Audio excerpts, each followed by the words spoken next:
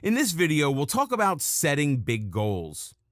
If you're going to set yourself up for success in life, then you need to set some mighty meaningful goals for yourself.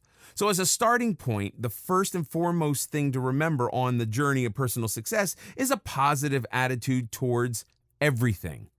If you fail once, brush up your knees and get back out there. If you get rejected the first time, better yourself with a positive outlook. Prove yourself instead of bringing yourself down with negativity.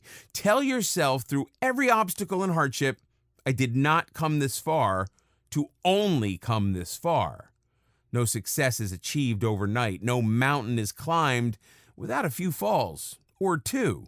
If others can put up a fight to achieve personal success despite countless hardships, so can you.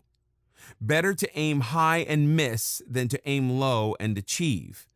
It's always better to aim high, even if you don't succeed at first. When you aim big, you dream big, and tell yourself that you stand a chance against all odds. The problem with setting lower standards is that the lower you set your aim, the more you confine yourself. You miss more chances and more of your abilities are left unknown. Likewise, more of your will goes without a test. Where you could achieve the stars, your low aim of never going that high will hold you back. No matter how many people look down on you and doubt your capability, it's your own personal belief, unwavering resilience, and ambitions that lead you to achieving your ultimate dream. But the moment you start to doubt yourself, the moment you decide you can't aim higher for the fear of failure, is when your downfall begins. With a higher aim, you may miss it first, or you may make it on your first try. Take your chances, a leap of faith in yourself. The higher you aim, the more you achieve. Even if you fall short of your goal, you won't end up too far from it. Just think of achieving a good score on a test. If you aim low at getting 50% mark on your test, you might be successful and achieve that. But that's all it will be, an average and low achievement.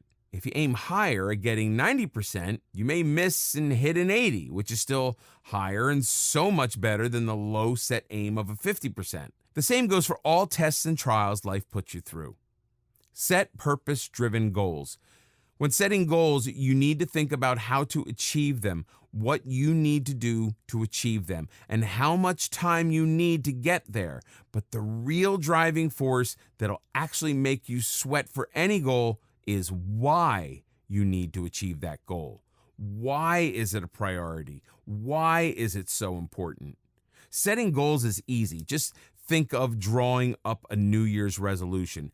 Everyone does that every year and has been doing it forever. So much so that it's become a mere habit and nothing much else. But what people don't do is pause to think over the goal and question why. Inevitably, without this driving force, they'll soon forget all about it. As such, it's important to not merely set goals, but set purpose-driven goals instead. For example, you may well be thinking of hitting the gym, working out, and getting yourself in shape. With just this in mind, you set a goal in your New Year's resolution to work out every day. So you do it the first day and the second, and then something comes up on the third. Then you end up skipping the fourth day because you get lazy, and there goes your fitness. There goes the goal. On the other hand, an obese person on the verge of getting diabetes and a possible heart attack is told by a doctor he needs to work out and lose weight really soon if he still wants a chance at a healthy life, or maybe just life.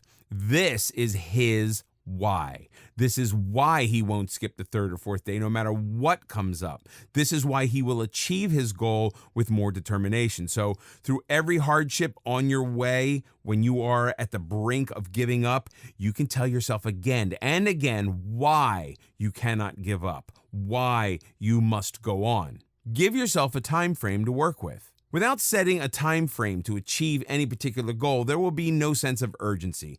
The importance of getting anything done is great, but the importance of getting it done in time is even greater.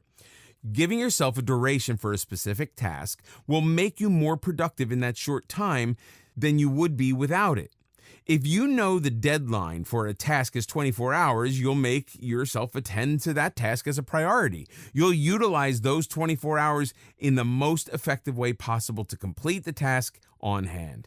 If you set a deadline of 1 week for the same task, not only will you waste the entire week and be less productive, you will also waste precious time that you could have used to complete other tasks as well. Having said that, the time frame has to be realistic and attainable. You need to be sure whether the goal is a short-term goal or a long-term one. Losing 10 kilograms in 3 days? Not possible, not attainable, even if you spend most of the hours of the 3 days in the gym. The time frame should not be based on some delusion. An understanding of the goal, the priority you're willing to give it, can help you decide better how much time you need to give it and how much time is sensible to give to it. If you have an essay due next week and you keep delaying it or doing it in bits, paragraph to paragraph a day, it'll get tiresome and boring. In the end, it might not even make a lot of sense. Plus, you'll lose the sense of urgency that would make you more productive. But if you decide to do it in 2 days, you'll utilize those 2 days much more effectively and will even have time for other goals once you finish with that essay. The less you linger on with the task at hand, the better.